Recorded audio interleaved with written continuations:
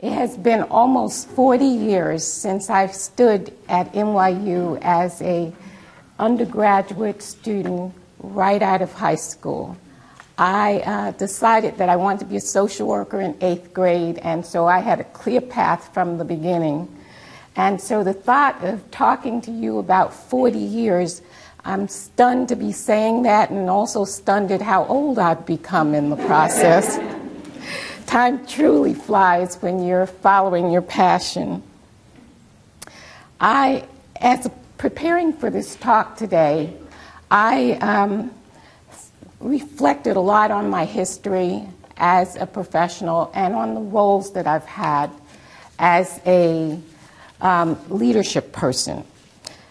In midlife, it gives you the opportunity to reflect back on what matters, what choices you make, and basically what choices you will make going forward. As I think about my practice, I spent 36 years as a clinician. I've had 3 major roles in human service type organizations and 30 plus years of private practice, which means that I've supervised, taught, trained, coached more than thousands of people literally, and gained intimate knowledge over more than 200 or 300 organizations as a result of the work that I've done with other people. I've gained a lot of insight in the process, and I want to talk to you some, whether you are a seasoned leader, whether you're a beginning, emerging leader, or whether you're someplace in the middle. I'd like you to think with me about your journey in the process. And I want to also talk to you about some subjects that have been undiscussable in the past. They've been undiscussable by me because, in essence, I've always been concerned about what people would think. Well, one of the things about midlife is it allows you to be able to say, well, this is me. These are my thoughts. These are my feelings. And I want you also to think about the fact that early in life, we see ourselves often good, all kind, and split off anything that's unpleasant in the process. So a part of my talk today will be about things that in the past I may not have talked about publicly. I've been observing lots of splitting in our profession. Splitting between us as social workers, splitting between administrative and clinical services, and splitting in the profession in general. Are you able to hear me? Oh, good, thank you. This splitting lessens our ability to create leadership from within, and it prevents us from being our best. So I'd like to share some of the observations that I've experienced. Phil talked about the idea of the crisis that's brewing in our profession. We have 50% of the leaders of social service organizations that are leaving their roles in the next few years. Business and legal professionals are being sought out for those jobs. Clinical skill sets are being seen as not useful to organizational management. 80% of the leaders are men, primarily white men. Women make up more than 80% of our social work profession. Yet, in yesterday's Crane, there was a discussion about nonprofits, and it talked about the fact that in organizations that had $50 million budgets and above, men made $621,000 in comparison to women who led these same organizations who made $401,000. Major. But most of us sitting here probably didn't make anything near that. So in case if you think it doesn't relate to you, in organizations that were less than $500,000, the men made $100,000, women made $84,000 for the same jobs. So I'd say there's a crisis going on. Also, a large amount of the clients that are being served, in our organization are clients of color. Very few of the CEOs are CEOs of color. I'm sure that you guys would all agree that there is something that's happening. I call it a crisis. I imagine others might as well. I have heard over time that a crisis is a terrible thing to waste. And this is one crisis that I think we should not waste. In these turbulent times, these socio-political times where things are really difficult on all fronts, it's important that we need social work skills as well as business skills. As social workers, I truly believe that we are skilled to meet the organization's missions. Without a doubt, we have those skills. However, budgeting today, with restricted grants, governmental contracts, and nonprofit leaders are facing something that would be the equivalent of having 10 part-time jobs, with every employer designing what part of your salary would go to be paid for different items. And that is indeed very complicated. Like me, most social workers were not trained to deal with business issues, legal and regulatory issues. We were just not taught or exposed in the early part of our lives. At the Jewish Board, where we do lots and lots of training, management training does not come to people until well into their career. Most of us got trained in every form of clinical work early in our lives, but the business skills came later. Most social workers got promoted as a result of their strong clinical skills, and they learned business skills on the job. It's a new day.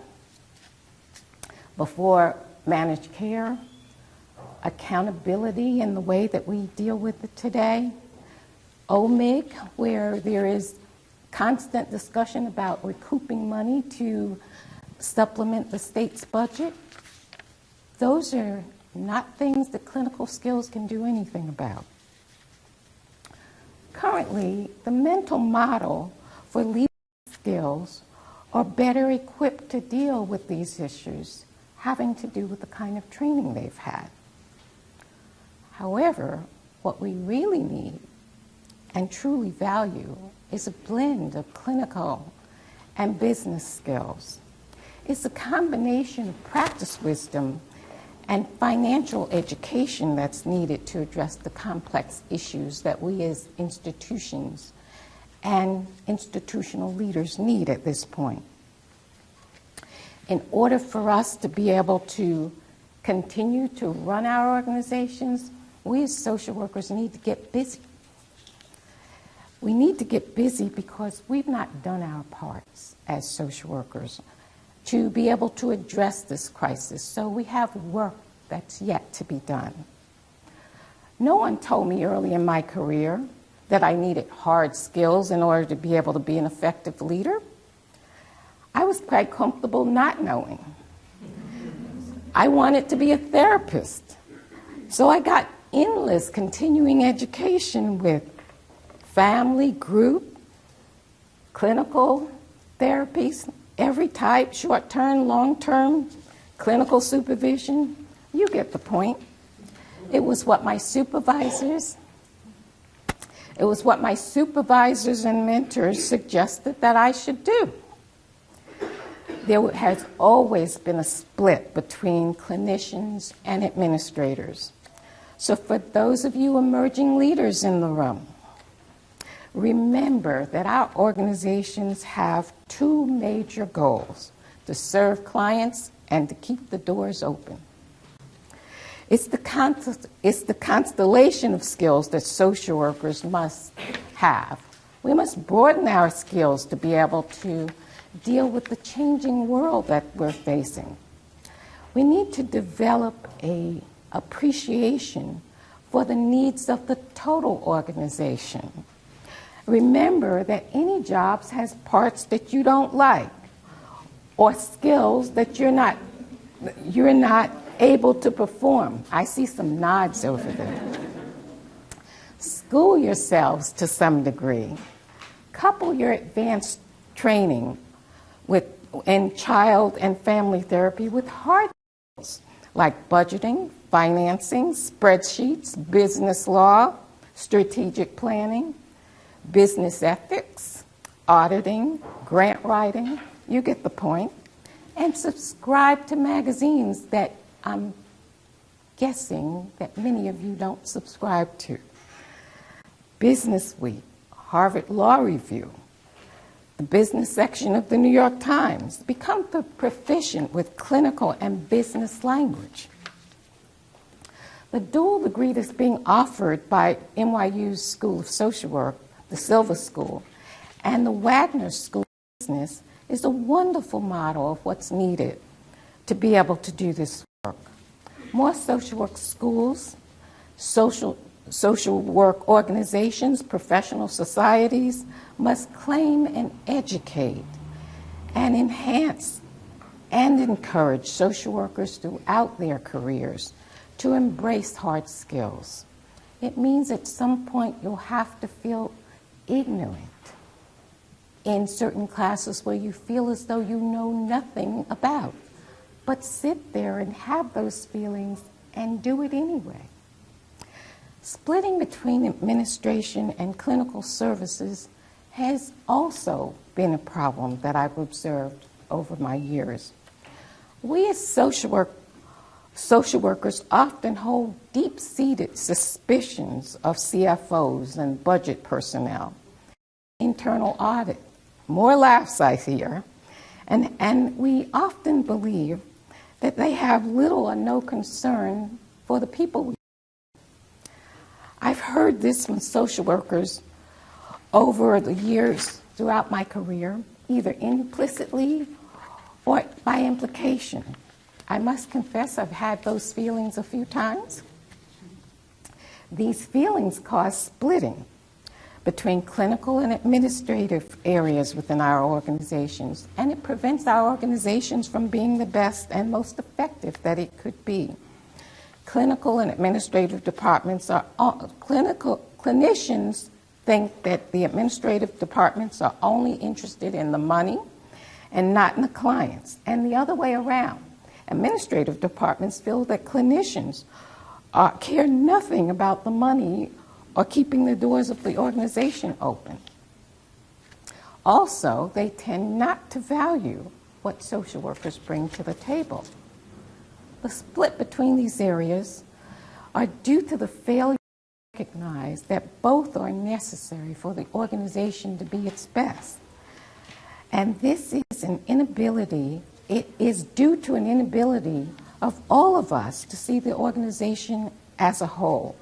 In other words, we get locked in our roles, in part because we don't understand or appreciate other roles.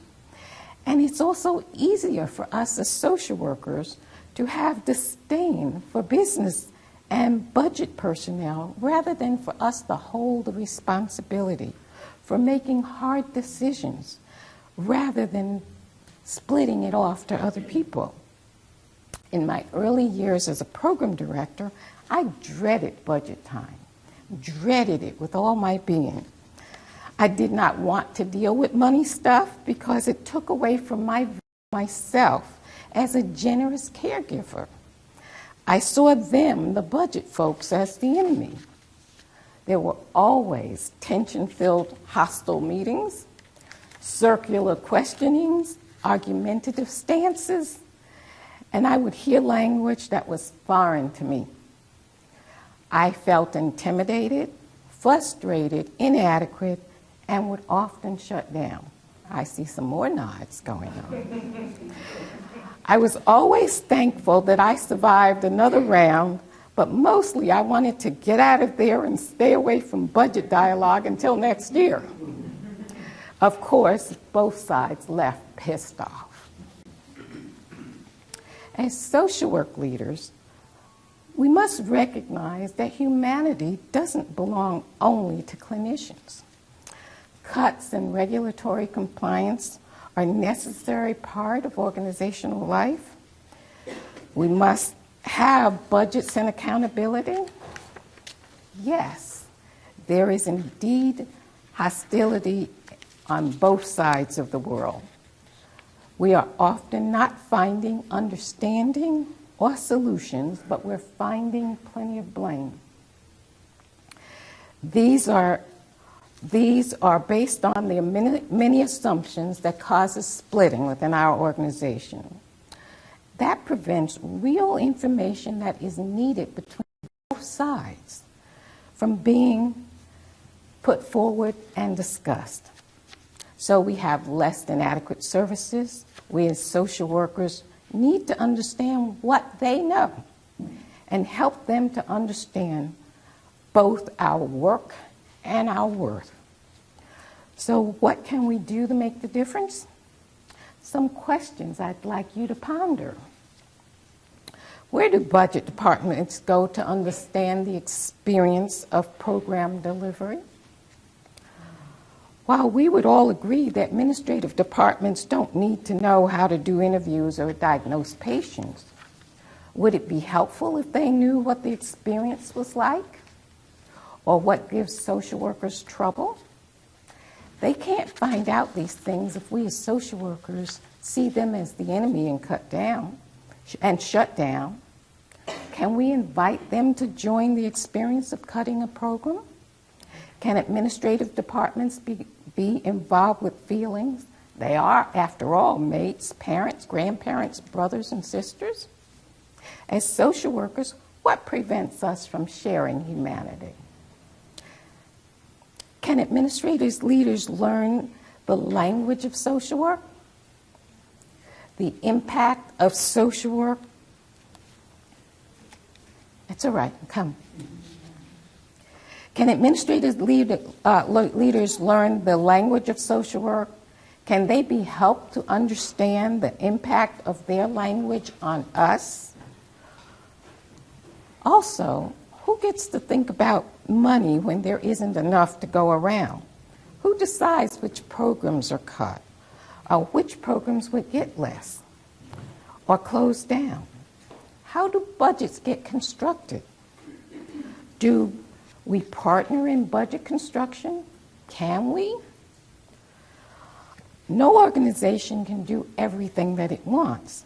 The process is never perfect, but we need to be in it. If tensions are open, we'd be at the, I'm so sorry, if tensions are out in the open, they can be talked about. We can encourage our authentic dialogue.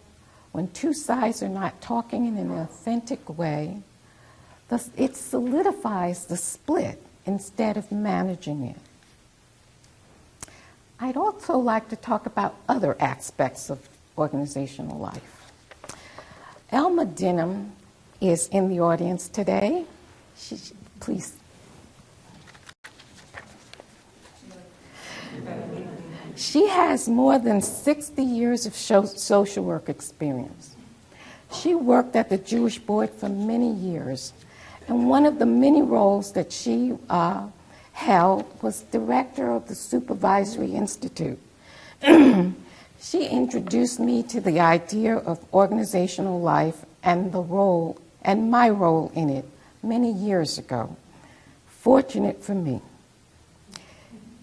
It was later that the William Allison White Institute where I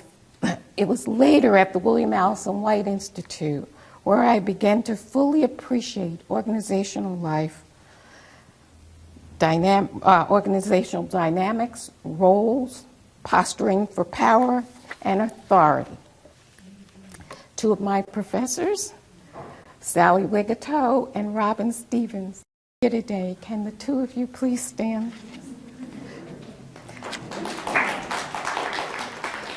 I would like to thank the both of them for their wisdom and their support. I'm making a plug for them and the White Institute.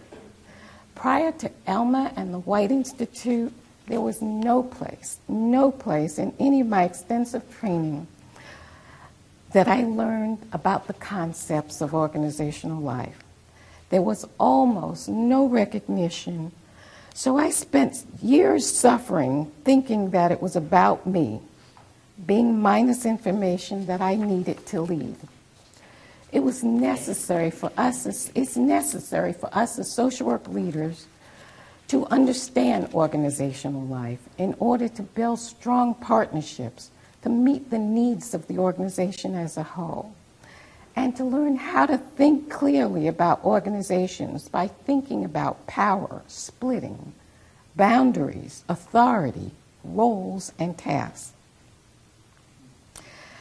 I also want to think about with you and to ask you to reflect later on about what gets in our way as women leaders. And of course, to think about more splitting in the profession. I have observed over time that many women leaders have a strong desire to be liked. We often do, well, I see lots of nodding over there. We often do anything and everything to be liked while striving to gain respect.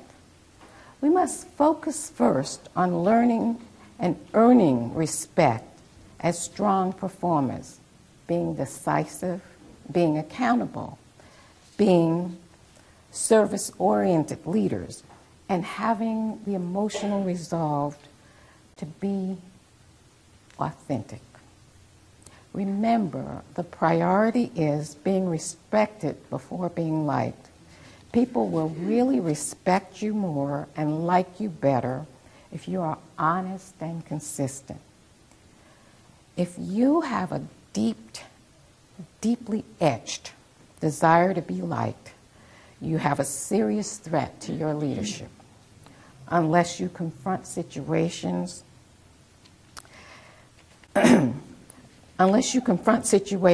that have some degree of conflict or negativity. You can't be an effective leader.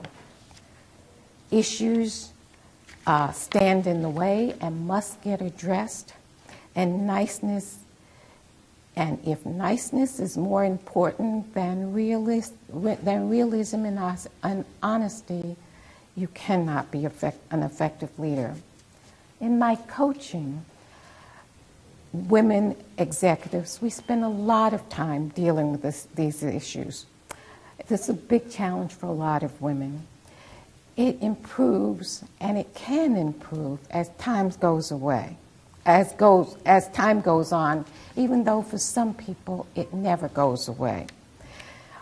You can learn to feel the fear and do it anyway. And I help people, thank you so much, I help people that I coach by helping them to rehearse. Rehearsing beforehand helps you to be able to set the proper tone that's tolerable for you, yet direct. It also helps you to practice reactions that you might get when you have to have difficult conversations. But it helps you to realize that it's possible to prepare and to do it anyway. If it's really hard for you, I'd suggest that you might consider getting a so that you can get the psychological boost that you need. I've also noticed that when women lead, there's a special challenge. In many senior roles, women are still a novelty, which leads to heightened visibility and vulnerability. All leaders are vulnerable to criticism and attacks, but they are exasperated by women. Women that are underrepresented in leaderships are more visible as leaders. There's more scrutiny and criticism of what it is that they do. There is intense pressure to perform, to assimilate, to be something other than who they are, to assimilate into the major culture, the culture which is dominated primarily by men. If we internalize our criticism, it enhances our vulnerability and also discourages us from being ourselves and bringing our leadership style into view. In other words, we often follow a safe path rather than to use our natural instincts and offer out different perspectives. This denies the organization the ability to benefit from much needed change. We're there as women, but we're hiding because of this scrutiny. I'm not much of a Donald Trump fan. However, he got my attention on The Apprentice when he talked about women were winning when they were a team, but when they were joined by men, they took a back seat and did not speak up or speak up as forcefully. I've observed this regularly in my journey.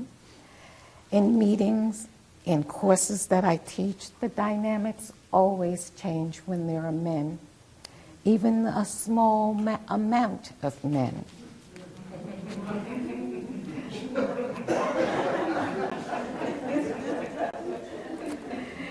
We as women must find the leverage to use our vulnerability and visibility in a more constructive way. We must seize the opportunity to learn about ourselves and introduce the concept of organizational dynamics in our workplace. The most important thing that I learned at the White Institute was that an individual in a group or an organization is not an individual. In other words, it's not just about me.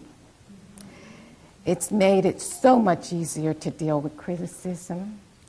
We as women who regularly experience vulnerability need to learn how to develop a more measured response and which alternative explanations for criticisms or actions might we think about and thoroughly while keeping our integrity and our self-esteem intact.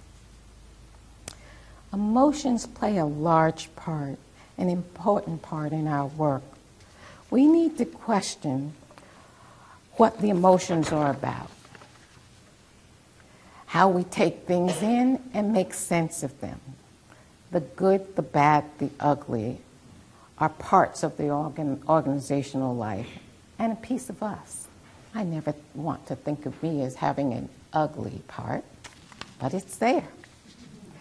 It's important to recognize that emotions play a large part in our work. It's played a part in the wonderful mentoring and collaborations that we are able to do, but it also plays a large part in the stereotyping and scapegoating that happens in institutions. It's important to understand how these things work. Learning from emotions is truly an important piece of the work. Men have traditionally been seen as taking care of the money, while women take care of the souls. Leadership roles have traditionally been held in place to keep things as they are.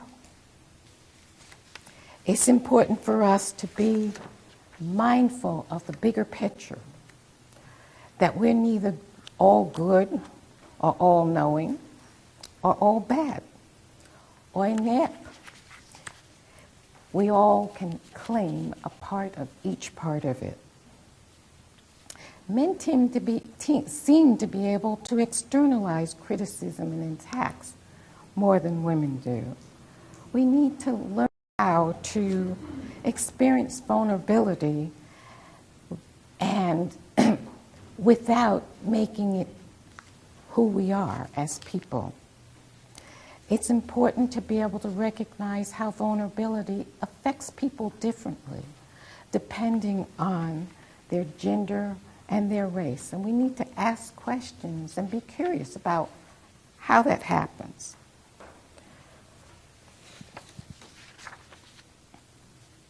Challenges impact our ability to be our best selves.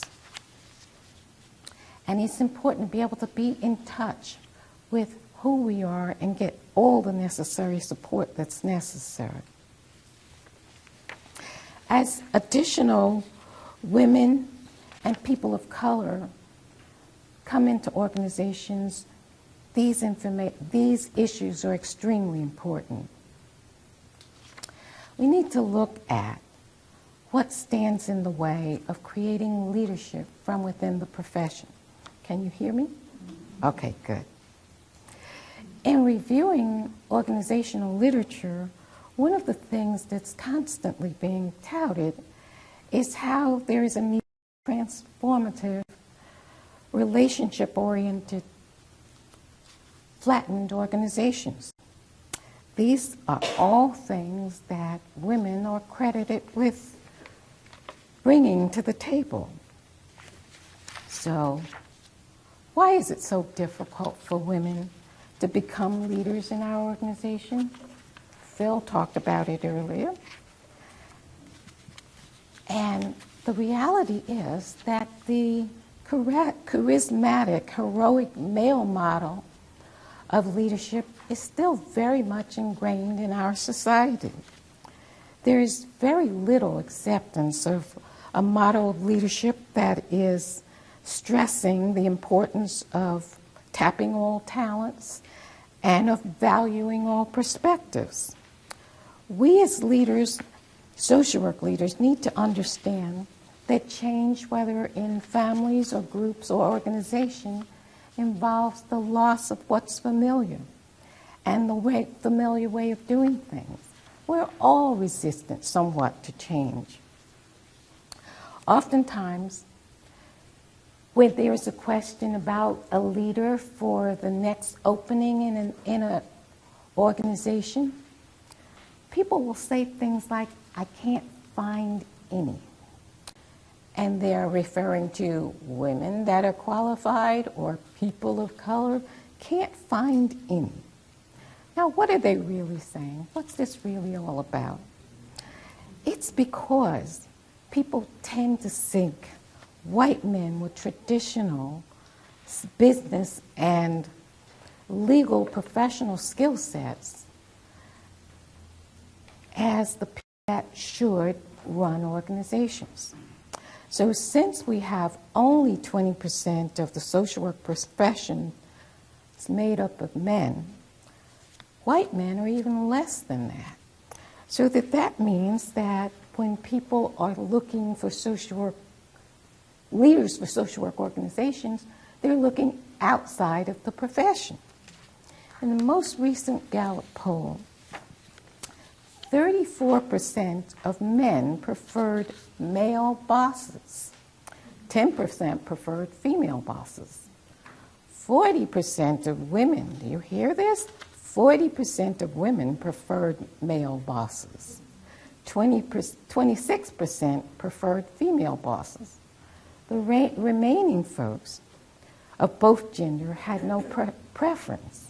In other words, we have deeply instilled gender stereotypes from both men and women. Leaders are thought of as being dominant, take charge, tough, not things that we as women are considered. As women leaders, we know that we're not a man, but we're not a woman. We're a third category, a woman boss. which presents special challenges. We women can offer leadership that is balanced while being demanding yet fair and compassionate. However, to survive, many of us women have adopted male personality traits. One woman came to me as a result of being told by her bosses that she wasn't tough enough. So they sent her off to boot camp for guerrilla warfare tactics for women in business. Her bosses thought that it would make her better. At the boot camp, a part of what she was taught was how to lower and project her voice. Boot camp was really about learning to be tough. The one good thing that did happen, it propelled her to seek help. Our work together focused on her role, her authority, her task, and what were blocking the achievement of those items. Oftentimes when she'd go to the meetings, they had a traditional male culture. They were extremely competitive, had lots of posturing for power, and filled with sports lingo. We discussed what it felt like for her to be in the midst of all men. She talked about losing her voice. She also gave it a term that she got fuzzed over and lobotomized. The other words that I've heard from it is other words that I've heard to describe this experience is being de-skilled, non-rational, or losing problem-solving facilities. I see more nods going on out there. Oftentimes when she went to the meeting, she was always prepared and sometimes over-prepared. Yet she said little, which led others to speak for her, minimize her role, and usurp her authority. Our work helped her to understand that deepening her voice or mimicking others would not help them to gain respect for her or her authority. We worked on being decisive, accountable, and authentic, which included using her natural voice and having one-on-one pre-meetings, that is, meetings before the meeting. And she began to give them humanity. They were mates, fathers, and grandparents, and had much passion for their work. She started to share information about the work that she was doing, her ideas about joint projects, and some personal things about herself. She gained their respect. The guy that she had the most trouble with, she found out that they were both cat lovers. Suddenly, things in the meeting started to change. They knew that she was working, doing work that mattered to them, mattered to the organization, mattered to the team. I'm big on pre-meetings because, in essence, sometimes the posturing for power prevents us as women from being our best selves. And I thank Donald Trump for his recognition of that. We also talked about the fact that cultural competence includes working successfully with obnoxious people who sometimes have high positions. That, too, is a part of what's necessary. We don't have to like everybody.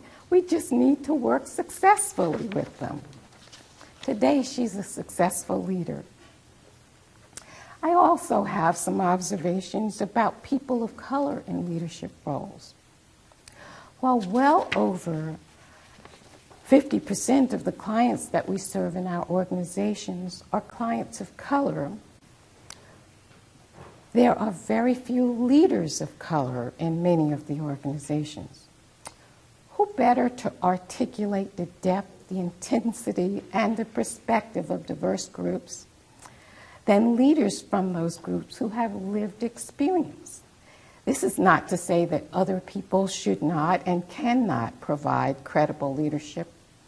Rather, it's to suggest that knowledge based on life experience in a given culture creates the potential for bringing a unique perspective to the leadership.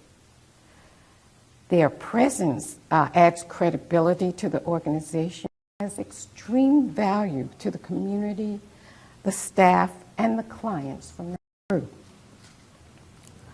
Both male and female leaders of color face different challenges, but men of color tend to fare better. They fare better because while they suffer from racial stereotyping, which often means that people report being afraid of them, they still have male privilege. So it makes it a little easier.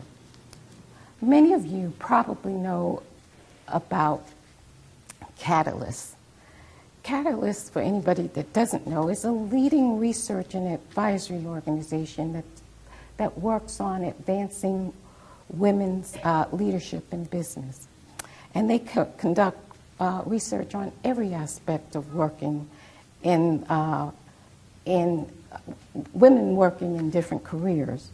They help organizations to advance women and build inclusiveness in organizations.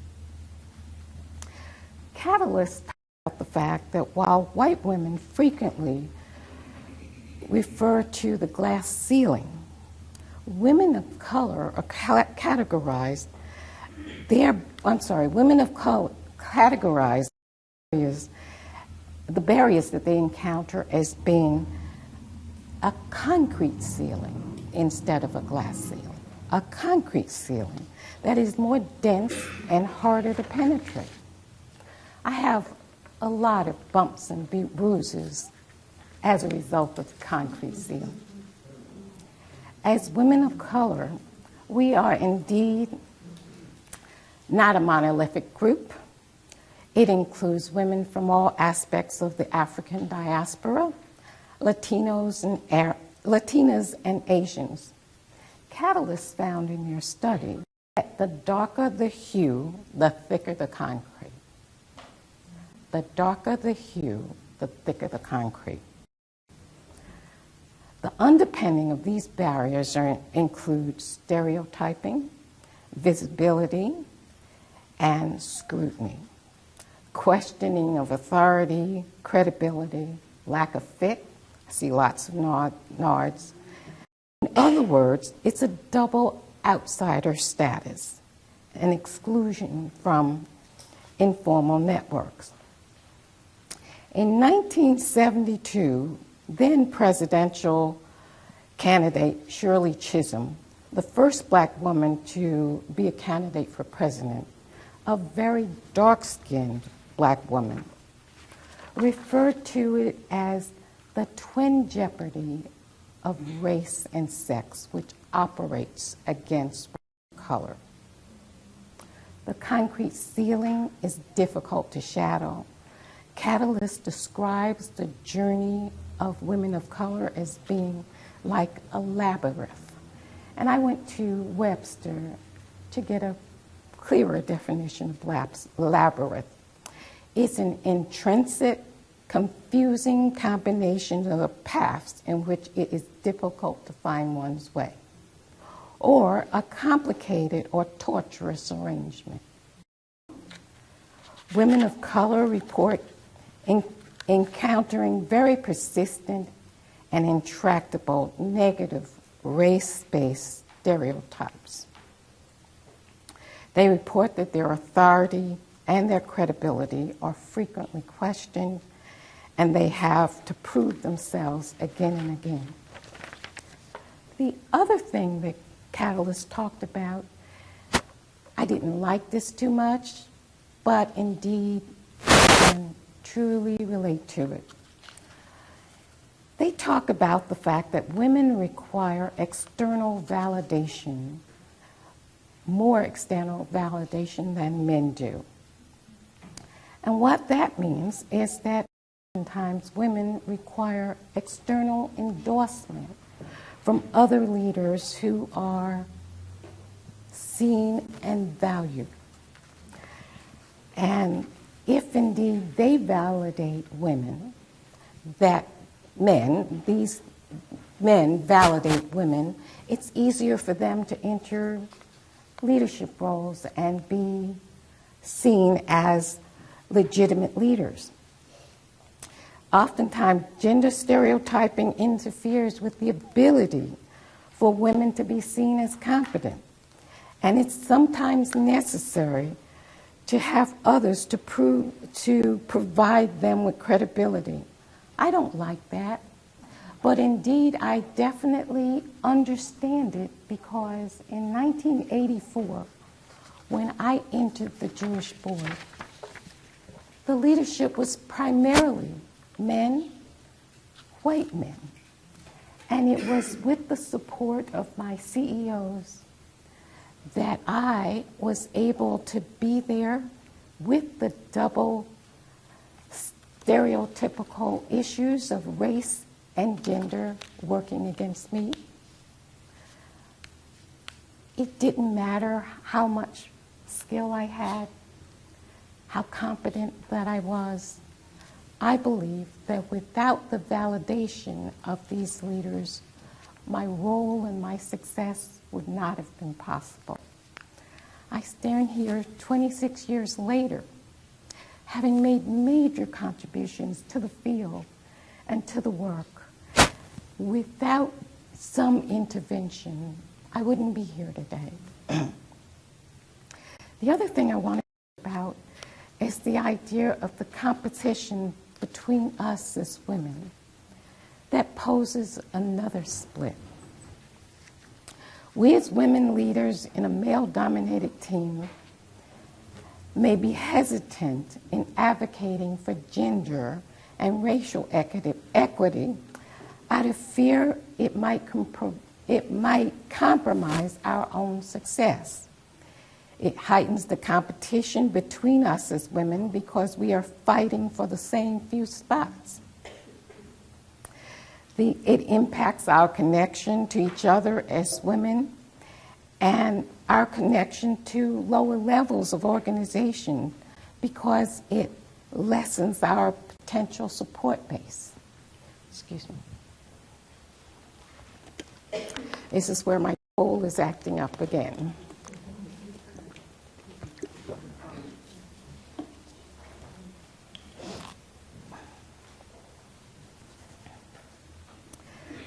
We need other women to be able to broaden our support base.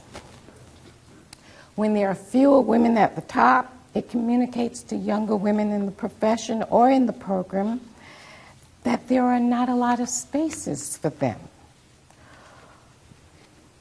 All of us ultimately need to have more women and people of color in the pipeline.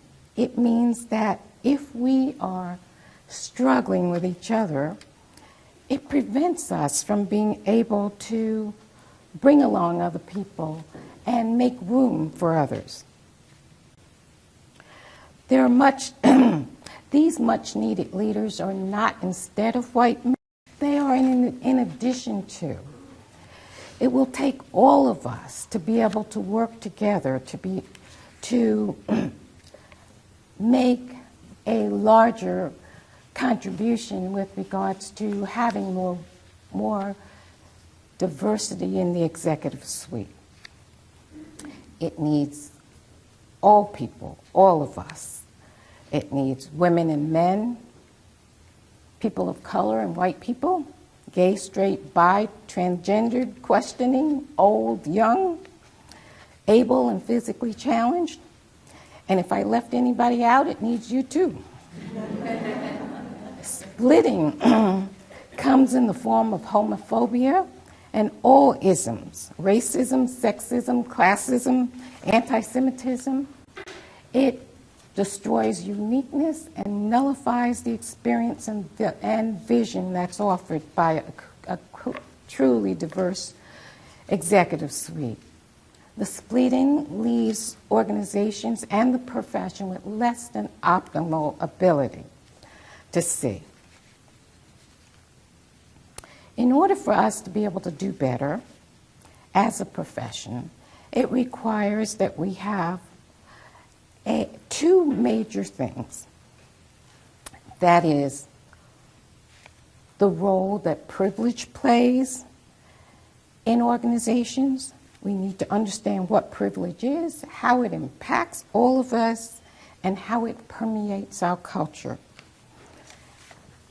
The other thing that's necessary is the ability to talk authentically across racial and gender lines.